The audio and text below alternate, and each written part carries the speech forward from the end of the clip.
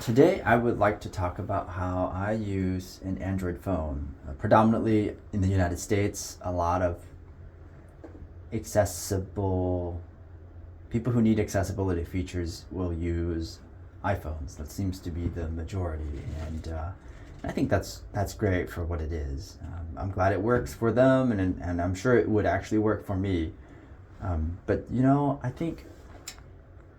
I think there's a degree where I just don't care about being cool. I kind of want to be the antithesis to the cool, proud crowd, because that seems to be, in some ways, how Apple has kind of marketed their product. But it works. I do generally am impressed on how it all seems to just sometimes magically work together. But ever since Android 11. Android has been a lot better about their accessibility features. It's been unified ever since that revision of Android, which has helped. It's still very slow in a sense that it took a while for that to kind of trickle down successfully into features that actually work. So like the Braille keyboard was half baked. I think Android 13 and 14 was kind of the breaking point of where I was like, oh, it actually works pretty well.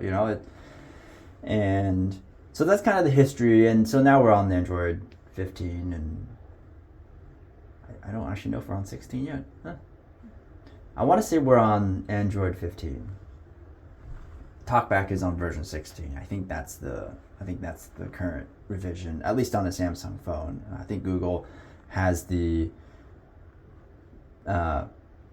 better resource allocation for managing their own phone and everything. So you kind of get everything faster, but things also just break faster. So you kind of want to have that level of buffer space between broken and not broken. And I use it like a normal phone. There's a lot of swipe gestures and such, and so you would just swipe like left and right to navigate to the next item or previous item. If you swiped left. Lots of gestures for navigating, and there's a lot of. I'm trying to remember what it's called, but I think it's like focus gestures in a sense of you can navigate by like paragraphs, lines, controls, buttons, maybe. Landmarks. And so those things can help you kind of jump around websites and jump around different areas. And so a lot of the phone use is quite natural and normal. It's difficult to hear in a noisy environment, but like the use of the phone is not like, oh, I didn't have to buy a really expensive accessibility phone. I could just buy an ordinary Samsung phone with some caveats, because you can't really buy a super cheap phone and expect it to perform well when running accessibility features on top of the base OS. So I would say that like I have a flagship from 4 years ago. So I got a flagship phone from 4 years ago, and it still seems to work fine. I think there's a software issue that's slowing it down in WebView implemented interfaces. But you do want a reasonably high quality phone.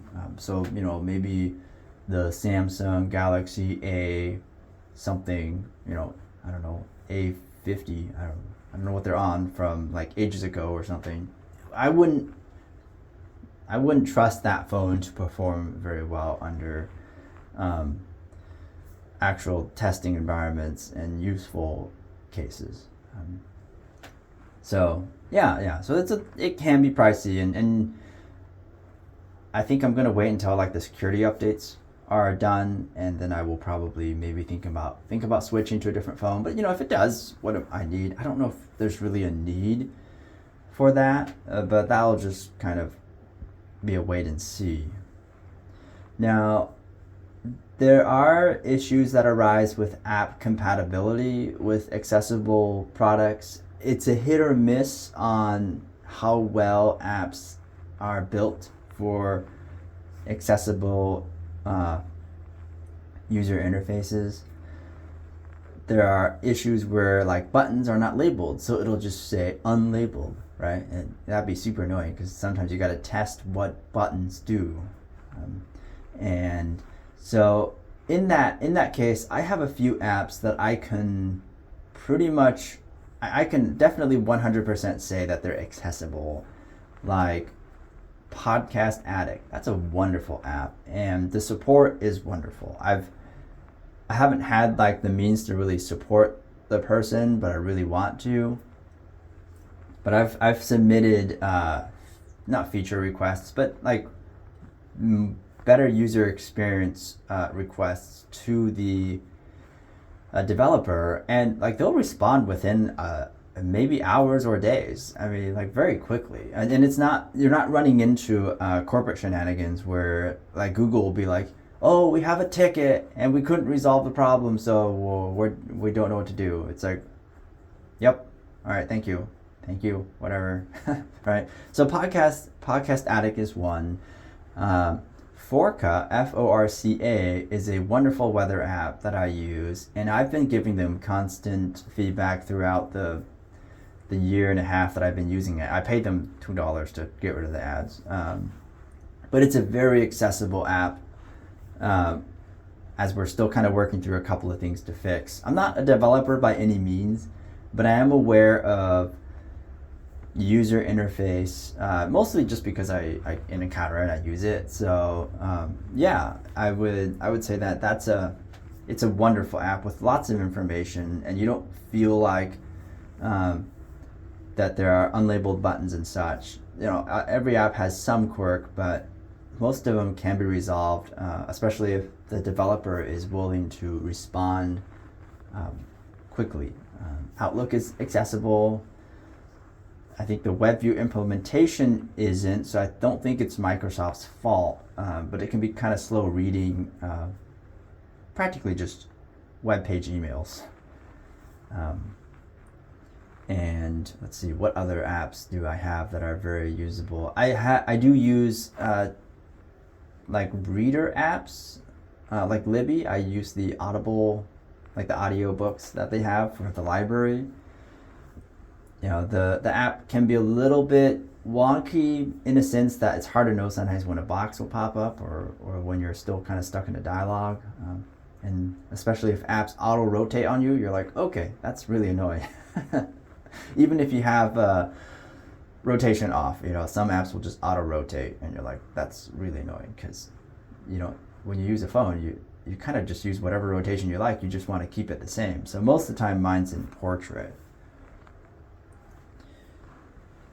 Let's see, I use Lookout and Envision, which is kind of a way where you can read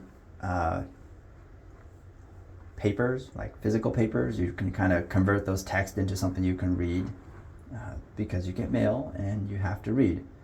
So those are practical things that you might run into, that you might use.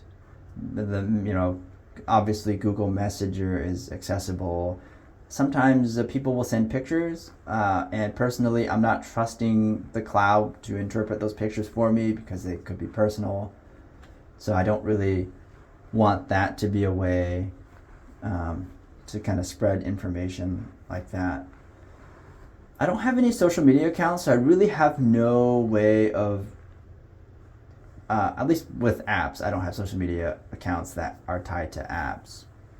So no apps on that. So I have no say in how accessible those apps are not. And so and Maps is to some degree, there's a little bit of like a communication thing that I kind of have with Maps, Google Maps. That's like, well, go towards some street that's like, I think technically I should know the street, but I don't because it's like 3 blocks away and I never actually have to interact with that street specifically. So it'll be like, go towards, you know, West 3rd Street and then turn left on Mill Plain or something, right? And it's just like, just tell me to go towards Mill Plain. It'd be much better because it makes things less confusing, but maybe I should just know the layout of the land a lot better.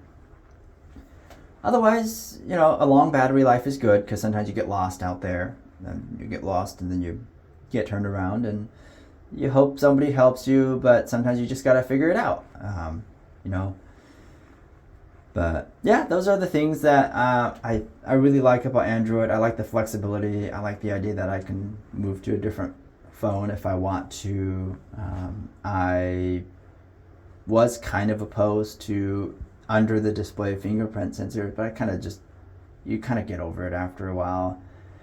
I used to have a Google Pixel, and that was kind of cool, but that's not the case now. So anyway, I hope all this goes well, and hopefully you guys have a good day.